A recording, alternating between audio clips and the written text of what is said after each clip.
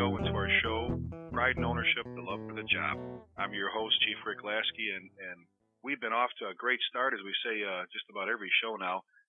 We've had Professor Glenn Corbett with us the past 4 times, and that guy's incredible. And I just absolutely can't say enough about Glenn. He is just incredible when it comes to what we need to know in the fire service. And that's not just codes, but that's the history.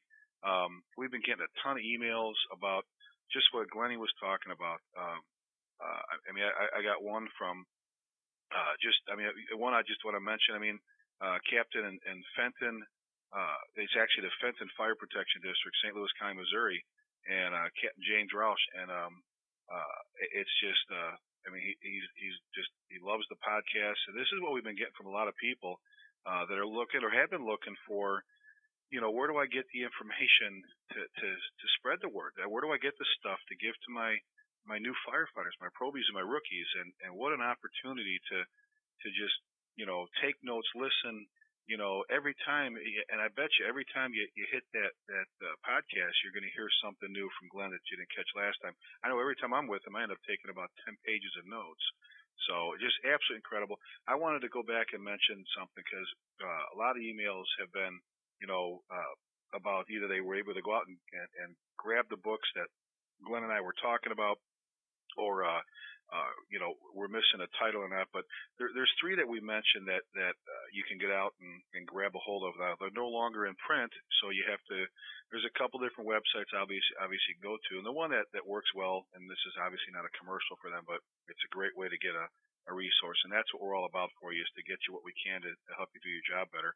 But it's abebooks.com, abebooks.com, and type in the author's name, the title of the book, hit search, and it'll come up. But the 3 books we were talking about, again, if you're interested, is the first one's Fire in America by Lyons. The author's name is Lyons, Lyons, and Fire in America, the version that was published in the early 1970s.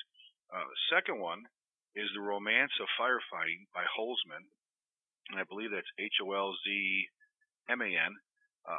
The edition published in the early 50s.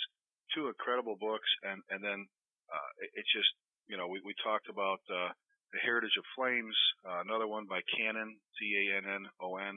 3 awesome books. If you're looking for stuff on the history of the fire service in North America, there's 3 great resources. Now, there's more than that, and that's the interesting thing. Whether you go through Penwell or you go through the Firefighters Bookstore or whatever bookstore you're looking at, when it comes to, if you can't find it with Penwell Books, which that's rare, Penwell has just about everything you need for the fire service.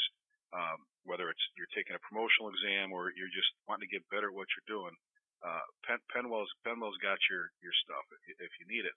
But if you can't find something there for some reason, a specialty book of some kind, they're out there. If you do some searching, especially now at the internet, there's some great stuff out there about how to prepare for everything from promotions to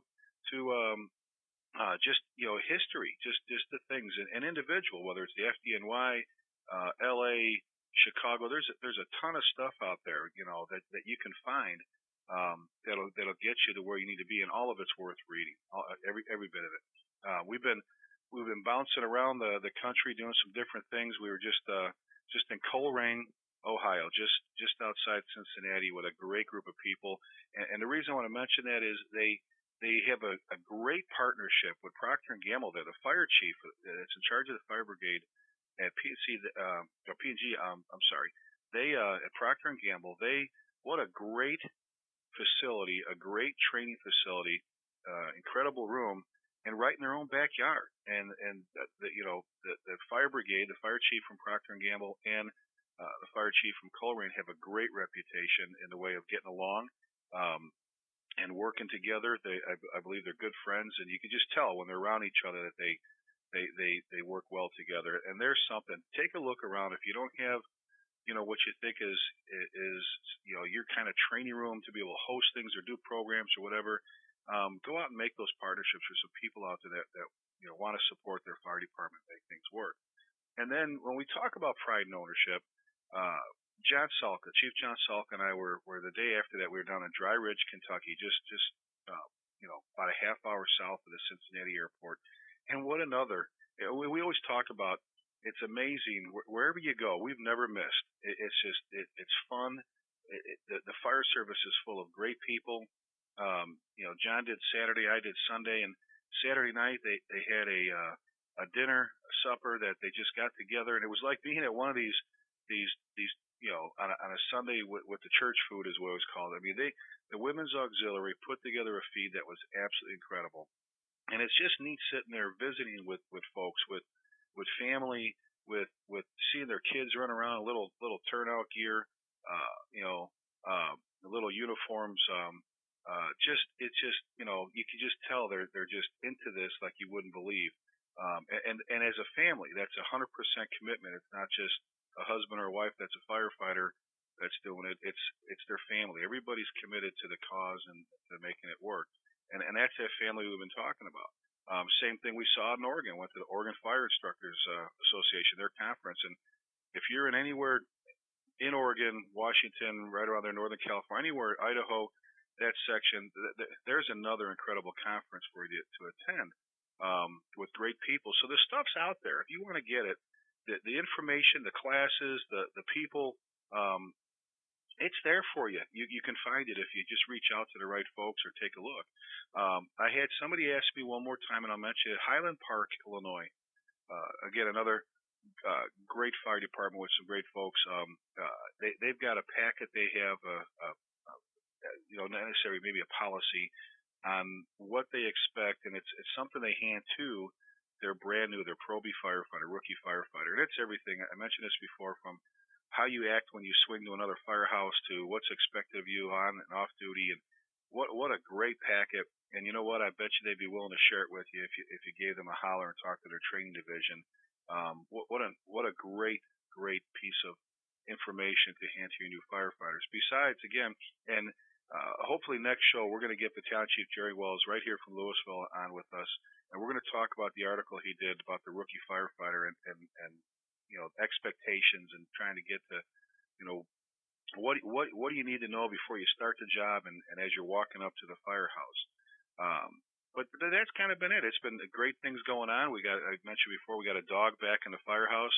Chief McGrath, Terry, our bomb and arson chief, has his new ATF explosives detection canine, Retha, and it's great. It's just, I'm telling you, if you've never had that opportunity before to have a dog around the firehouse, the stress level is just, it's gone. It's incredible to have. It's just what that dog does to just pacify and just satisfy, and just what incredible. You wouldn't know it. It's just exactly what they talk about when you see these things at nursing homes and everything else.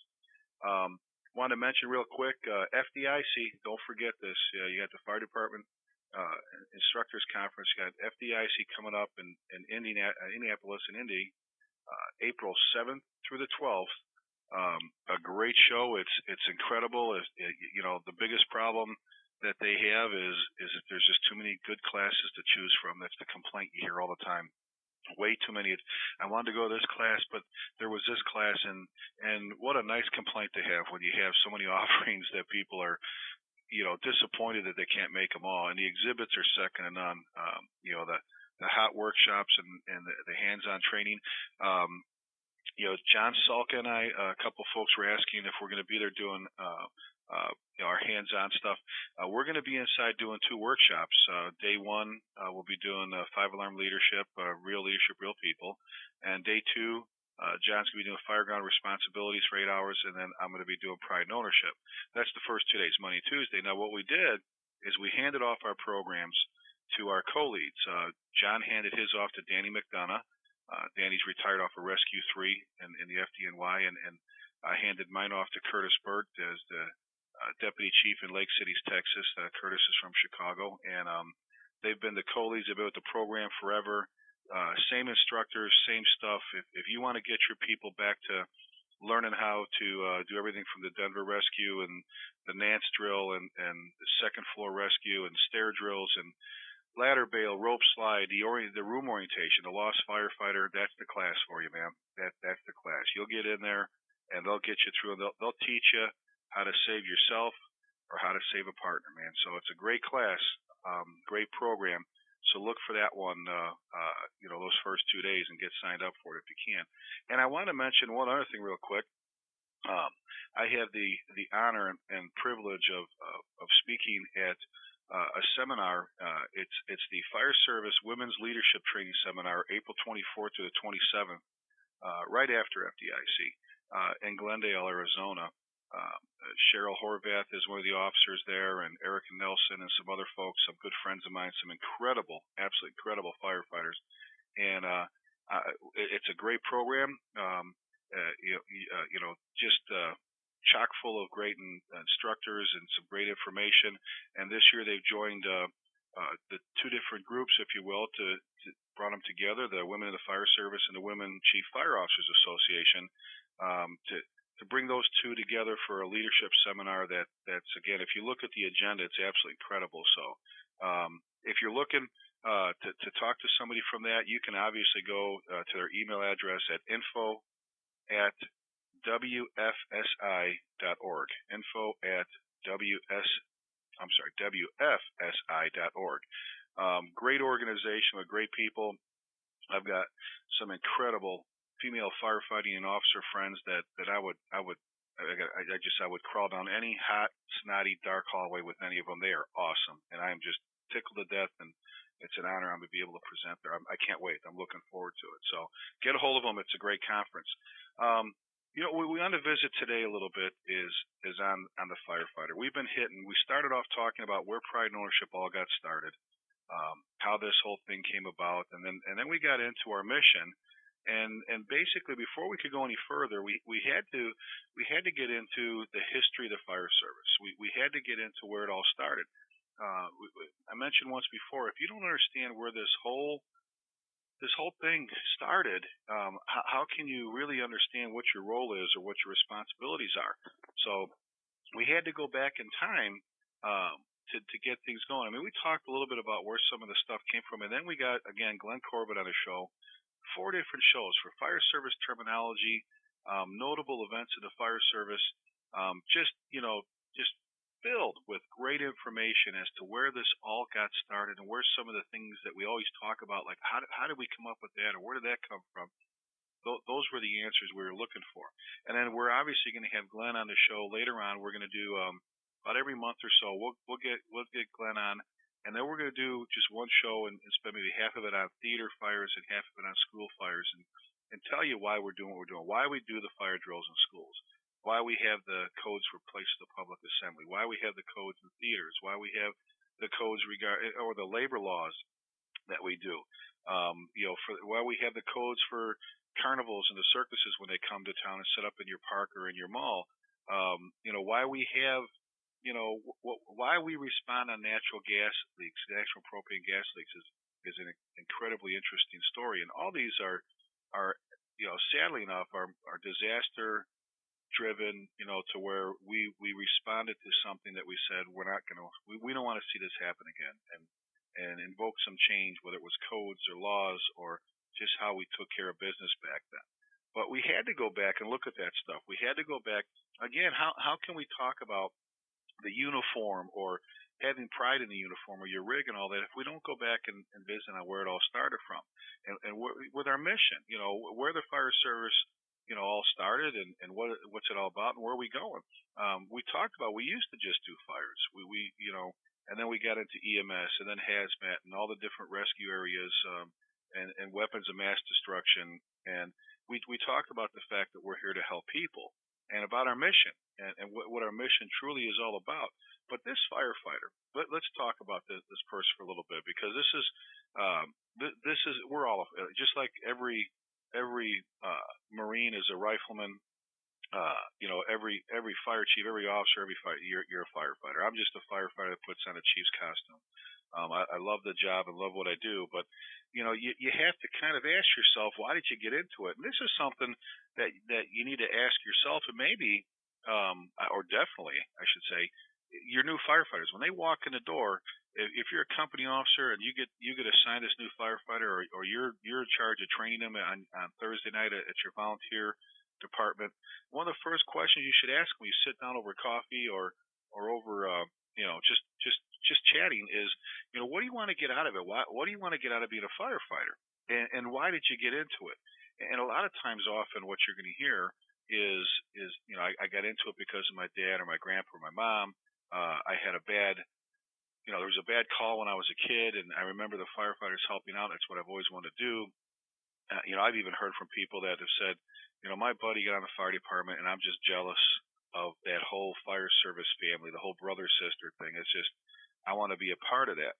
Did you want to get out of it? Something that was along the lines of helping people. I mean, it's easy to say that we want to do it to save lives and property, and that's a common answer, but truly, I mean, I think it's because people see what goes on in the fire service, and what an incredible way to help people. But on the other hand, what a great family to become a part of. Now, as a firefighter, when we talk about this person specifically, we know you need to care about people. If you don't care about people, if you're not willing to treat someone's home like it's your home and their business like it's your business, again, you read the wrong brochure. You need to go work somewhere else. That we're all about taking care of folks and taking care of their stuff, and that's about as simple as you can make it, but to the point. But even besides the fact, there's a lot of people that want to help people. There's a lot of people that care about people, but there's something you have to have at the base of all that. We talked about your values, and that's extremely important, but you got to have that passion. And we talked about the passion before, that love for the job, that love that never walks out on you, man. The love that is almost, it's hard to describe to people. People, you just sit there sometimes and go, I don't know, I can't describe it. It's a feeling you get with being a firefighter. It's a passion, a love, just, man, oh man. And it's not just, for me, it originally, when I was little, with my dad being a firefighter, it was red lights, sirens, bells, and the excitement. And it was just, man, I couldn't get enough of it. And then one day, watching my dad, grab an old lady and get her out of a building that was on fire and carry her down like she was a bundle of shingles. My dad was a roofer. It changed for me, because I'm looking up going, that's my dad. That's my daddy, man. That's my dad that just did that. And the excitement was still there, but I wanted to do that more than ever. And I mean, as corny as it sounds, I mean, Mrs. Humphreys in my 6th grade class in elementary school was a great teacher. She helped to try and straighten me out, but I didn't get in trouble and almost get sent to detention for talking in class, or for doing something, or for doing something to another kid. I got in trouble because I brought my pocket scanner to class and had it on, listening to the fire department in my desk. So, and that was, I mean, my dad, just being around him, being around those firefighters back then, and I can remember each one of them. I can remember what they told me. I can remember watching them, how they act. I can remember their names. It's a ball. It's just something that just hit me. But where does that passion come from? Aside from, if you don't have a family member that's in there, I had some great people. You've heard me mention before, Jack McCaslin. When he was with Oak Lawn, and now he's with the Illinois Fire Service Institute at U of I. What a guy! What a leader! The Schwarzkopf, General Schwarzkopf of the fire service, man, a firefighter's fire chief. That guy, he used to get a little, agitated with me in a nice way, because I used to imitate him, and I did it. I was needing to flatter him when I was teaching. When I was talking about teaching styles and styles as an officer, his mannerisms, the way he handled himself, God, you just wanted to be like that. I mean, I watched this guy.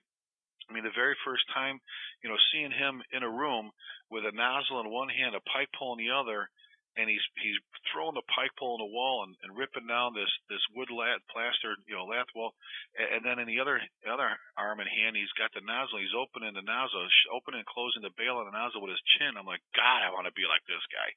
I mean, just Mac had this ability to take what we thought were like boring subjects, like fire behavior and building construction, and turn them into something exciting and interesting. And he's the one from the very beginning, and a lot of you heard me say this before, and it bears repeating, is, Rick, if you want to be a good firefighter, you need to know building construction and fire behavior. You know what the fire's going to do with the building, the building's going to do with the fire. You have to know those two. And he had that ability to take those things and teach them to where you remember them for the rest of your career. People like Eddie Enright, retired as Deputy District Chief 1 in Chicago, 38 years, 6'4" Irishman. What a 6'4", full of passion about the job. He's another one of these guys that if you love the job just a little bit, you were gold with him. And if you didn't, he kind of had no use for you. And that's the way I feel. I've told people before, I really don't care who I piss off anymore. If a chief gets mad at me for talking about chiefs that don't care about their guys, then there you go. You're guilty. If I got a company officer that comes up and doesn't like what I'm saying about company officers that don't care about their guys and don't train their guys, then you know what? Guilty. And if I got a firefighter who takes offense to me talking about slugs and people that don't love the job and don't care about each other, don't get mad at me because you're not doing your job and you're not holding up the end of the bargain. Look in the mirror, take a strong, good look at yourself and change. And that's what Eddie was all about. He had this knack for sitting down with people and in a roundabout way, stoking that passion and either getting them back on track or helping them, as I would call, arrange your priorities meeting. Was awesome. I mean, I took so many mental notes watching him, how he handled folks in the firehouse. Just absolutely incredible. And again, if you weren't into the job or if it was just a paycheck for you or whatever, well, you know what? Show up, make an effort. That's fine. But if you were going to become a problem or cause some friction or whatever, those are the kind of people that we need to sit down and really talk with and ask them, do you really want to be here? Do you really want to be part of this? Curtis, my buddy up in Lake City, says no problem. When he's got a young firefighter that's having a hard time showing up for those whole 10 shifts a month, he'll go out to the buggy, come back in with a folder, lay out all these pieces of paper, and say pick one. And what they're applications to Home Depot and Whataburger and all these places, good businesses. But if you don't want to be a firefighter anymore, go somewhere else. Get out of firehouse. If you're going to make people miserable, if you hate this job, there's nobody holding you around. There's nobody holding a gun to your head telling you have to stay here. You're sucking the life out of a lot of other people. Move on down the road. There's some good folks that want to get in here. And a lot of times what'll happen when you have that heart to heart with folks, 9 times out of 10, it serves as a wake up call, and they're right back in there with you. But sometimes, we've all had those. I've had them. I had to have a couple of those talks in my career about priorities. And Eddie was awesome that way at making that point. Tom Freeman was another one. Tom's the chief of the Lyle Woodridge Fire District in Illinois. Tom was another one of these incredibly smart firefighters. His big thing was, Rick, a good officer is one who's going to predict his or her next alarm. And he said one of his favorite, sayings again was, any mope can stand in the front yard and burn something to the ground. It takes someone who can read the smoke, read the fire, and predict what's going to happen next. That's good. Anybody can stand or handle right now what you've got. Where is it going and what do you need? And he had that knack. He told me, he said, Rick, what's going to frustrate you?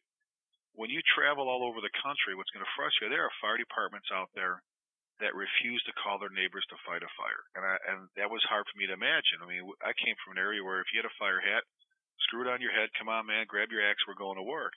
And to see places out there that, this chief called that chief a boogerhead 20 years ago, and they'll call another department 2 towns away. I was at one department teaching, and I looked across the highway at I said, now, looked like you had a good job over there. It was a building all burned out, and I said, what'd you guys have? They said, well, we didn't go. I said, how'd you not go? You're across the street. And they said, well, that's the county's jurisdiction, and they didn't call us because our chiefs don't get along. I said, you got to be kidding me.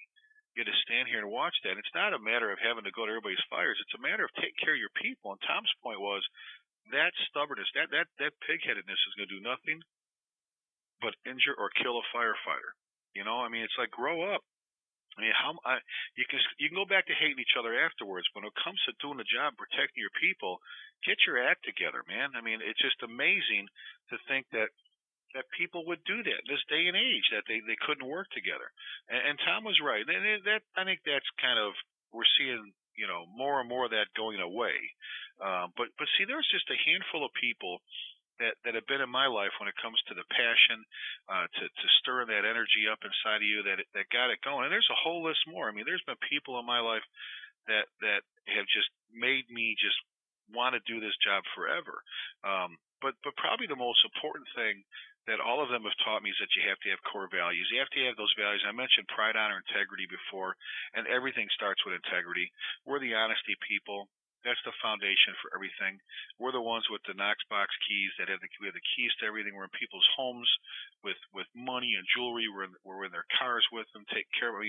I mean, we are the honesty people. That's why every other commercial, and I mentioned this before, and I'm going to mention it again. Every other commercial on TV has a firefighter in it or a fire engine. I mean, from Subway sandwiches to hemorrhoid cream. I mean, the Army Reserves, everything. It's amazing. And that is because the public trusts us. Just drive to the back of most firehouses, and you'll see firehouse movers, firehouse fences, pools by firefighters. We know the marketing advantage of the fire service because people trust us. So the integrity has to be there.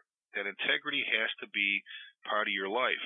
And right on top of it, again, has to be that honor. And I'm talking about the honor associated with loyalty, that esprit de corps, that energy, enthusiasm of being associated with a special group, a team, worrying about our image and taking care of things, and our fire service family, taking care of our fire service family. And this whole brotherhood, sister thing, I've said it before, is more than just a sticker on the windshield of your car or a license plate in the front of your pickup truck. It means that when you're having a hard time paying your bills, we're there for you. When your kids are sick, we're there for you. When you need to be moved into your new house, we'll move you, and when the roof needs to be redone, we'll rip the old one off and put a new one on. It means that I would lie down next to you and burn the ears off my head before I ever leave you behind a burning building, because a firefighter or a person who has no integrity and no honor will leave you for dead in a burning building. It has happened before. There are cases where that has happened, where cowards have left a brother or sister behind. And that's sad, all right? And it has happened. If I can't trust you to firehouse, I can't trust you to fireground, period. A person with no integrity, no honor, if it's a choice between them and you, will leave you behind. That's why that is so important. Let's talk about that first. Forget about the citizens for a moment, about how we're supposed to be to take care of each other. That's where that all begins. And then, if we can establish that, we can do our job for the citizens. That Marine Corps attitude, once a Marine, always a Marine, it's the same thing with a firefighter. Once a firefighter, always a firefighter. The only way you get out of the fire service is if we kick your ass out. That's it. You don't leave. You can be at the airport, you could be at a picnic, and someone will come up, see that Maltese cross on your chest, and they will. Are you a firefighter? I was a firefighter in East Mudflap, Wyoming for 47 and a half years, and and you talk to them like you've known them forever. It's that kind of passion that you talk about that we have with our family. So you've got that integrity, you got that, and that pride. The pride I'm talking about, and when you first mention pride, people will often mention and say, well, that pride breeds arrogance. I'm not talking about the pride associated with arrogance. I'm talking about the pride associated with ownership. And I've told this story hundreds of times. And for those that have never heard it, here you go. You're going to hear it now. My good friend, Chief Tom Shervino, retired from the Oak Lawn, Illinois Fire Department, instructor at FDIC, and an incredible instructor.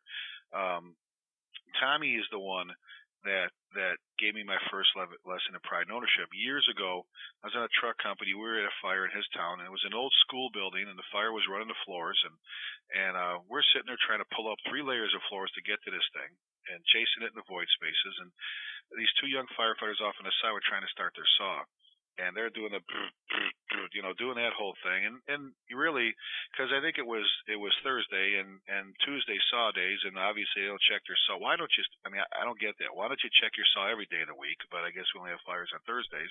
Couldn't get their saw started, and the whole time this is going on, Tommy's asking the interior chief there, let me go get my saw. Would you let me, Chief? Will you let me go get my saw? Will you let me go get my saw? And he's like, Tommy, just chill. Let these guys, let them do their thing. Give them a chance here. And he's like, Chief, just let me go get my saw. Well, about the 6th or 7th my saw, off he goes. The chief says, well, just go ahead, get your saw, Tommy. He goes to get his saw, and I'm sitting there the whole time going, you little arrogant cuss. What's just my saw? It was my saw thing. And a couple minutes later, Tommy comes running in the room, one pull, starts his saw, starts cutting the floor, made my job a lot easier. a lot easier. After a few minutes, shut it off, ran down, got downstairs, had a fuel can downstairs, refueled it, knew it was going to run out of fuel before it did because he knew his saw. Now, we'll fast forward a little bit. We're outside later, and I tell people that's when I become an outstanding firefighter. When the Salvation Army canteen's outside and I'm waiting on pound cake and hot chocolate, I become an outstanding firefighter. And those of you that I know and that you know me are probably wondering, God, Rick, where do you put it all? But it's I saw Tommy standing there, and I knew him, but we're dear friends now. But I said, Tommy, I said, what was with that my saw thing? What you got a my saw? Well, come on. And he looked at me. Now, if you know Tommy, when he's about to punch you, he scrunches up his nose a little bit, and he goes, "What are you talking about?" And he says, "That's not my saw. That's Oak Lawn Saw." And that's their squad and that's their guys. But today, that's my squad, that's my company, that's my saw. And he looked at me like he wanted to just slap me for being stupid. And he walked away, and first thing I want to do is tackle him. And then I said, there it is, man. That's pride and ownership. That wasn't his saw. It said Oak Lawn on it like it's sitting here today. I can remember the red paint that they used to paint the letters Oak Lawn on it. And I was like, God, I mean, that's it. That's pride and ownership. And see, that's the thing. If you can get your people to have that kind of feeling about their firehouse, if you can get people to take ownership the moment they walk into the firehouse for a call, if they're being paged out as a volunteer or as a paid firefighter, when they show that's their uniform, that's their engine, their ladder truck, their squad, their ambulance, their station, their district, that their department. You get people to take their tools. You get people to take that kind of ownership with your equipment. It's just amazing things happen. I mentioned that once before as well. There's people in the private sector that are having a hard time with this because they want to treat people like machines. And machines break down, and they forget the whole people equation thing, and letting people feel good about what they do, and letting people feel proud about what they do, and go out and brag about it a little bit. That's the stuff, man. You get people that's the stuff that puts the firefighter back in the firefighter and the firehouse back in the firehouse, man. Is getting people to take ownership, and it creates almost that little bit of competition. When we talk about, company logos.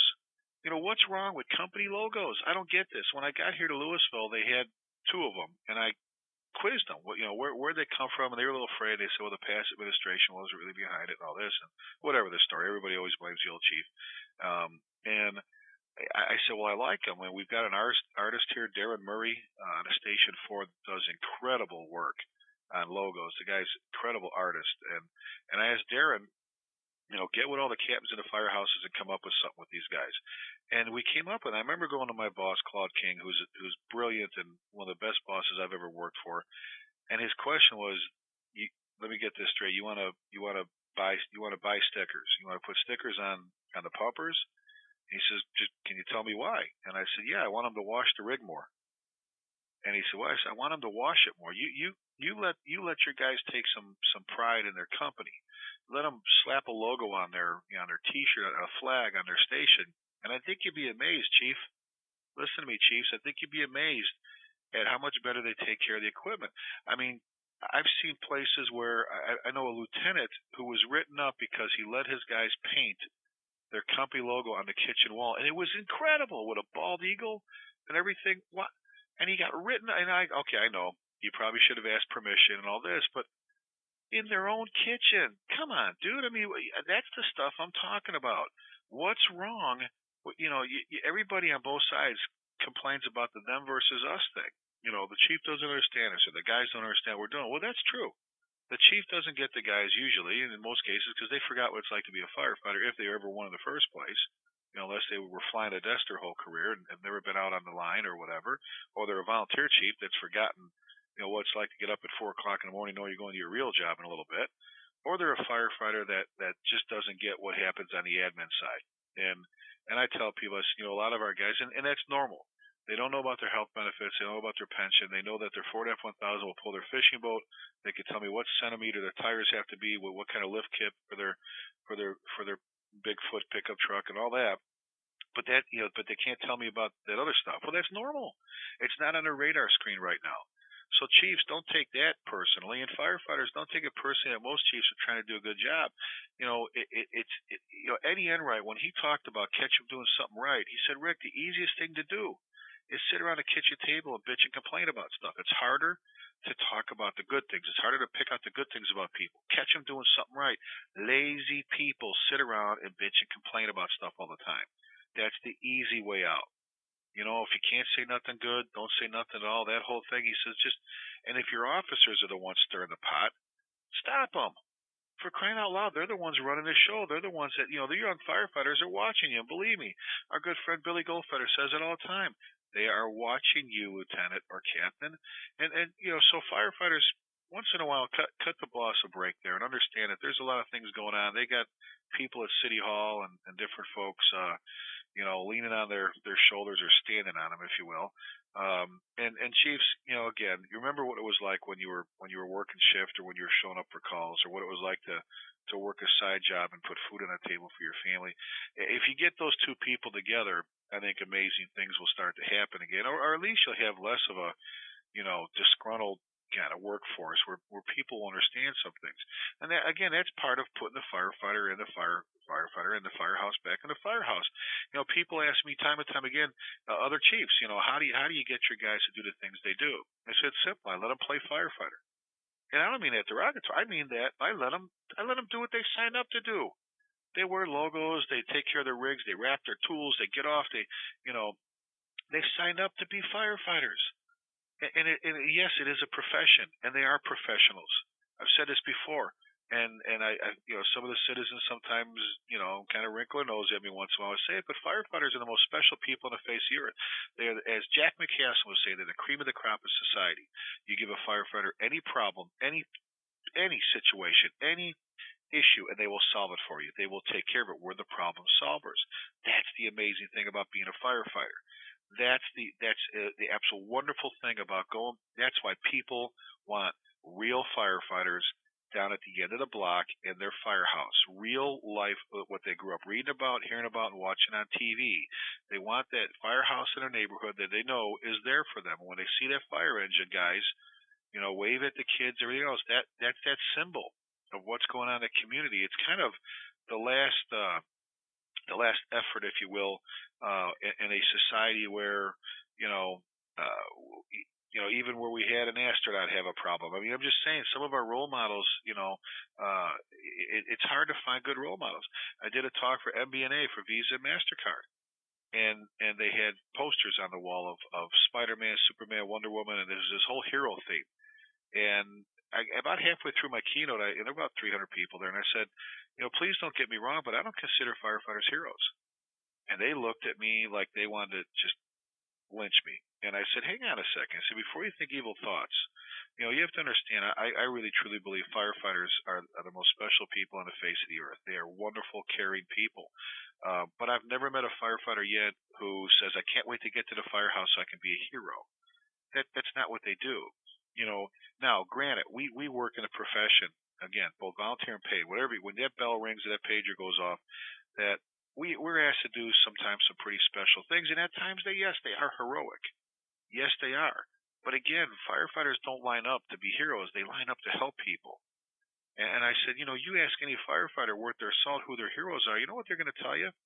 It's the mom or dad out there today trying to keep their kids off of drugs, educate them on AIDS, HIV. They're trying to educate them and teach them about making the right decisions, not getting into a car with someone who's been drinking, or the single parent who's trying to put food on the table and raise their kid, and put them through college.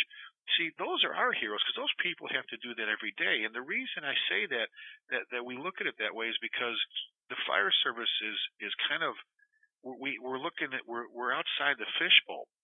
And that is, you could be with someone who's homeless, sleeping on cardboard underneath an overpass in the morning. You could be with the millionaire whose daughter just committed suicide in the afternoon. Everything in between. We see why businesses are successful. We see why they fail. We have this window to the world that no one else has. And when you sit there and you ask these, really get down, you have some good conversations with firefighters, you'll find out the root of it is, again, people who lack values, people who don't support family values. are having a rough time out there, and that's why they look at it where, they love each other, they know each other is special. But firefighters, try to give a firefighter a medal. Oh my God! Try to. Well, Chief, I was just doing my job. I was just, yeah, I know you're just doing. We're going to recognize you for it. Well, I was just doing my job. They don't. You know what? Now they love getting their picture taken. Don't get me wrong. Firefighters love getting their picture taken, but they don't. You know what? It's almost embarrassing. They're kind of like, well, and that leads me to something I wanted to mention when we were talking about this firefighter. Is, I understand that it's kind of awkward. It's a little bit, firefighters are fairly modest about, wanting to wear those medals or those ribbons, but understand something about the uniform. And I hear this often when we're at a funeral for a firefighter. We're all in our Class A's. Someone will come up and say, Chief, Rick, isn't it a shame? It seems like the only time we wear these things are for funerals. I said, yeah, that is a shame. Shame on you. That's not a funeral uniform. That's your Class A. That's your Class A uniform. It's a lot. I mean, understand this. I mean, whenever I go to speak to a group on behalf of my fire department, if it's appropriate, I wear my Class A, and not because it makes me look like a South American general with all the gold. It's because of what it stands for and what it represents. And I tell you, that uniform is bigger than you or anybody in this room. That uniform represents our heritage, our past. It represents those that were, bled and sweat and died before us. It's an example of what we're doing. It's so much bigger than any of us, and you should wear your uniform proudly. That Class A uniform is something that you wear. Oh, your uniform. You show me a firefighter who's a slob with their uniform. I'll show you a firefighter that doesn't search a whole room. You show me a firefighter who's a slob with their. I'm not talking uniform that's a little worn out. I'm talking, you know what I'm talking about, a slob.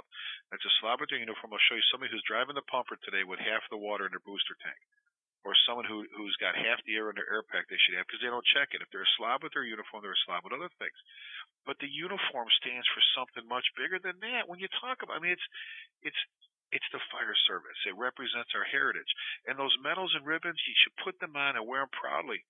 Major Jason Fry, Marine Corps, lost his arm in Operation Iraqi Freedom, was a guest speaker at the FDIC, and we've had him down here a couple of times to speak.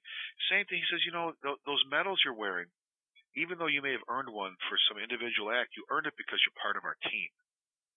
And when people come up and say, what's that one for? You should say, I earned that as being part of a team. I made a rescue. I did this. Even a Medal of Valor, or that company citation. Be proud of what it stands for. Don't worry. Don't feel awkward or like you're kind of pompous walking around your uniform. Be proud of what that uniform stands for and what it represents. You owe it to all the men and women that have already served and have went, before us. There's more to it. That's something you should be teaching young firefighters. Take care of your uniforms. Be proud of what it stands for. I mean, we're talking about this firefighter, and we're going to get to the rookie in another show with Jerry Wells. It all starts on your first day. What kind of firefighter do you want to be? Do you have the passion yet? And if you don't, who are you going to get it from? Who are you going to get the passion from? If you can't find a Jack McCaslin, an Eddie Enright, a Tom Freeman, a John Salk, a Bobby Halton, a Benny Crane, and this is kind of funny. Benny Crane is another incredible, just what a mentor. Benny Crane retired, I believe, with 36 years as a district chief in Chicago. Wrote a book on empowerment. You can get that through Penwell. Like I said, first of all, if you haven't been to fireengineeringbooks.com, fireengineeringbooks.com, see what they have to offer. You have been asleep somewhere in a chair, man. Get to that website and get with those folks. They have incredible, videos, the DVDs, and the books. Benny wrote one, but when I was teaching in Illinois, I used to try and get there the day before to get a good read on the fire department, to get a good, lay of the land or whatever. And Benny told me that he said, he said, Rick, you're wasting your time. And I said, what do you mean, Benny? He goes, don't go to the day. Just get there about 10 minutes earlier than you normally do. And I said, what are you talking about? How will I understand and realize what kind of firefighters I have there? He says, walk into the firehouse and take a smell. Does it smell like a firehouse? And he goes, you'll know what I'm talking about. Take a look at the rig. Is it filthy? Are the tools rusted to the side? Look at how their hose beds are finished out. Hose beds will tell you a lot about who you're working with. Look at their gear racks if it's a volunteer department, or their gear. Their turnout gear, is it just wadded up and thrown on the floor? Look at how their bunker pants, the suspenders are set, their coats, their hoods, their radio, the cab.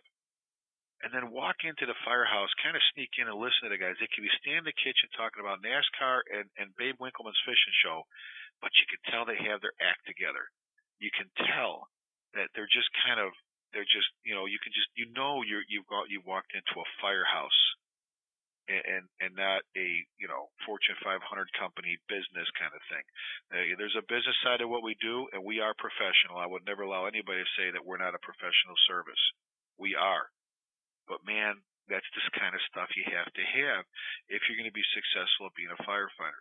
And if you don't start that early on in a career, if you're frustrated, if you're in a rut, see, keep in mind, the only one thing in life you have absolute control over is your attitude.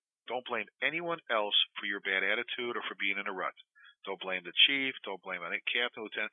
You are the only one to blame. Anger, happiness, sadness are all emotions that come and go throughout your whole day. But your attitude is what you set. It's up to you. If you're having a bad time, ask yourself why you're having a bad time.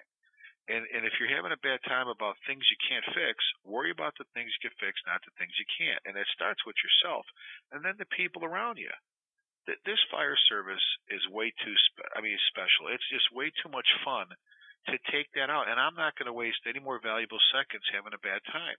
And I'm not talking about minutes, hours, days, weeks, months. I'm talking about seconds. Every second you give up on someone when you're mad or having a grudge, I don't have time to have a grudge or want to get back at someone or whatever. I've had some people do some pretty nasty things to me, and you know what? Let it go. Someone said once before, the best way to get back at someone is to forgive them. That whole grudge thing between fire departments that can't get along. And see, the people don't understand feuds. The public doesn't understand a feud between two fire departments. They don't get that. And it comes down to letting things go. I've given out over 155 copies of Mitch Albom's book, The 5 People You Meet in Heaven. And there's a reason why I do that. And one of the things that comes in there when it talks about, learning from bad times and turning a bad time into a positive by turning it into a learning experience, one of the things is sometimes you just need to move on and forgive. And it talks about hatred and anger being poison. Hatred and anger are poison. And you think you've harmed the person that hurt you, when the reality is about this whole thing is that hatred and anger are a curved blade. They're a curved blade, and the harm you do to yourself. You need to unload the rocks and move on down the road. That's the thing. If you've got someone who's in a rut, it's time to sit and readjust some priorities. Don't blame anyone else for your bad attitude. Blame yourself. Guys, this is a great profession. I don't care where you're at.